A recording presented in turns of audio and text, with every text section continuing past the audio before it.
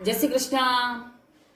विश्व रूप में आज हम गीता जी के 16वें अध्याय का अनुवादन पढ़ेंगे। अगर आप मेरे साथ में प्रेयर पाना चाहते हो तो कमेंट में जय श्री कृष्णा और अपना नाम लिख दीजिए। भजन के लिए प्रेयर पाना चाहते हो उनका नाम लिख दीजिए। चलो शुरू करते हैं। श्री भगवान उवाच 16वां अध्याय। श्री भगवान उवाच भगवान बोले, भय का सर्वथा अभाव, अंतःकरण की पूर्ण निर्मलता, तत्वज्ञान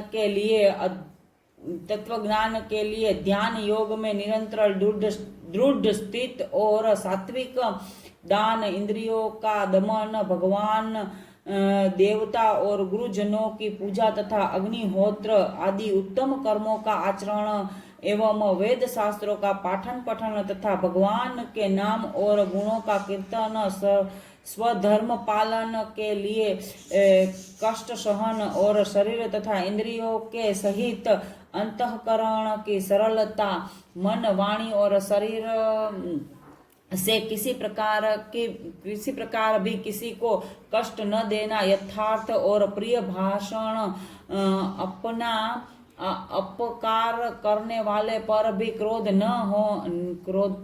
का न होना, कर्मों में कर्तापना के अभिमान का त्याग, अंतःकरण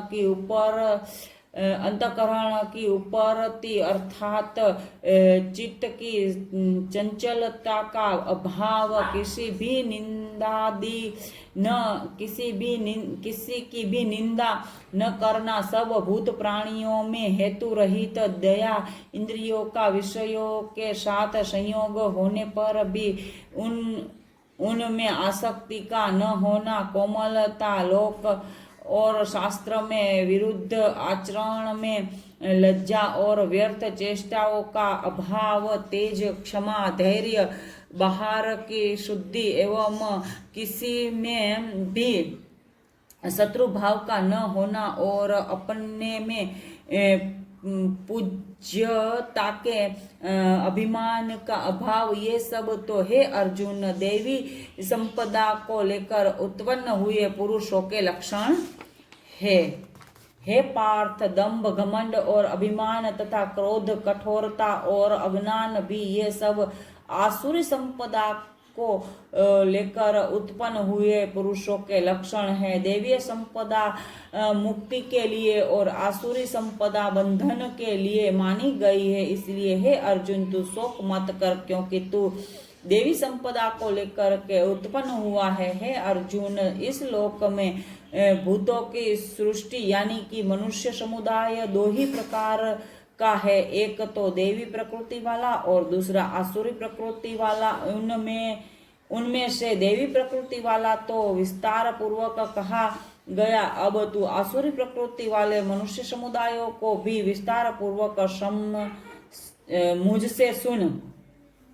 आसुरी स्वभाव वाले मनुष्य प्रवृत्ति और निवृत्ति इन दोनों को ही नहीं जानते, इसीलिए उनमें न तो बाहर भीतर की शुद्धि है, न श्रेष्ठ आचरण है और न सत्य भाषण ही है। वे आसुरी प्रवृत्ति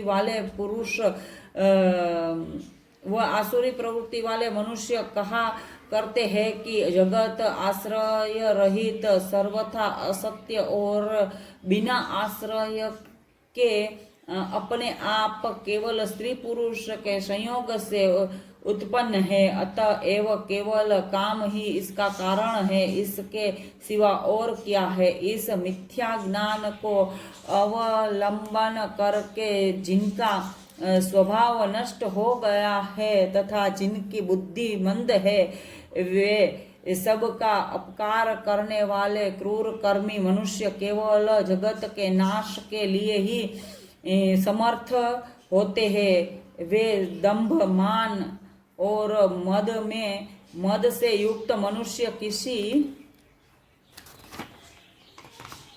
प्रकार की पूर्ण न होने वाली कामनाओं का आश्रय लेकर अज्ञान से मिथ्या सिद्धांतों को ग्रहण करके और भ्रष्ट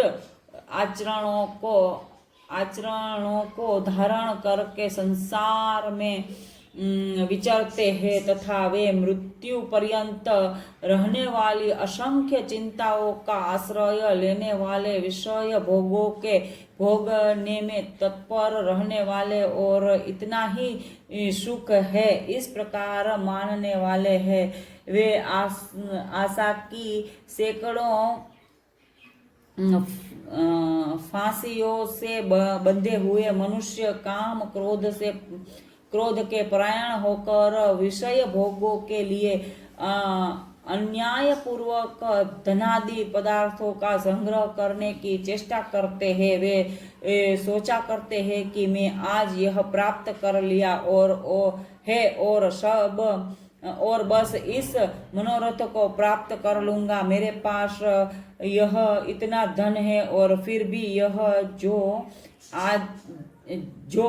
जाएगा वह शत्रु मेरा द्वारा मारा गया और उन दूसरे शत्रुओं को भी मैं मार डालूंगा। मैं ईश्वर हूँ, मैं ऐश्वर्य को भोगने वाला हूँ, मैं सब सिद्धियों से युक्त हूँ और बलवान तथा सुखी हूँ।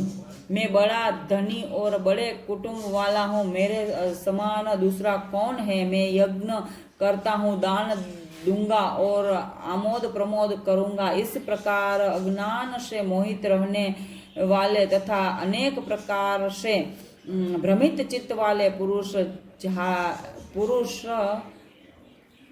भ्रमित चित्त वाले मोहरूप जाल से समावृत और विषय भोगों में अत्यंत आसक्त असुर लोग